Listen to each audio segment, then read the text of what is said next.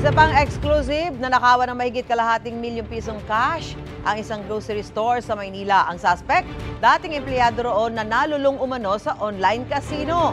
Laging una ka sa balita ni Jomer Apresto.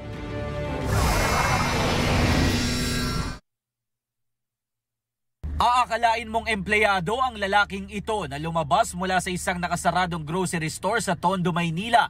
Pero ang lalaki pala magnanakaw ayon sa pulisya. Ang hawak niyang paper bag may laman umanong mahigit sa kalahating milyong piso na tinangay niya sa vault ng grocery store.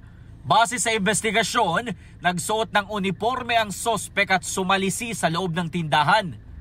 Pumunta siya sa likod, nagtago siya sa basurahan na sako. Nung wala ng tao, nagsara na. Doon na siya nagumpisa ng alkal. Hanggang sa nakakawa siya ng tools.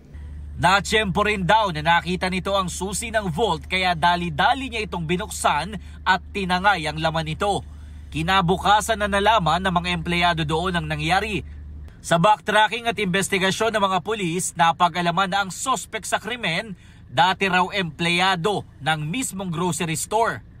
Accordingly, tinanggal siya dahil nagkaroon din ng problema sa yung mga pera na hinahawakan niya ay nagkakaroon ng kakulangan.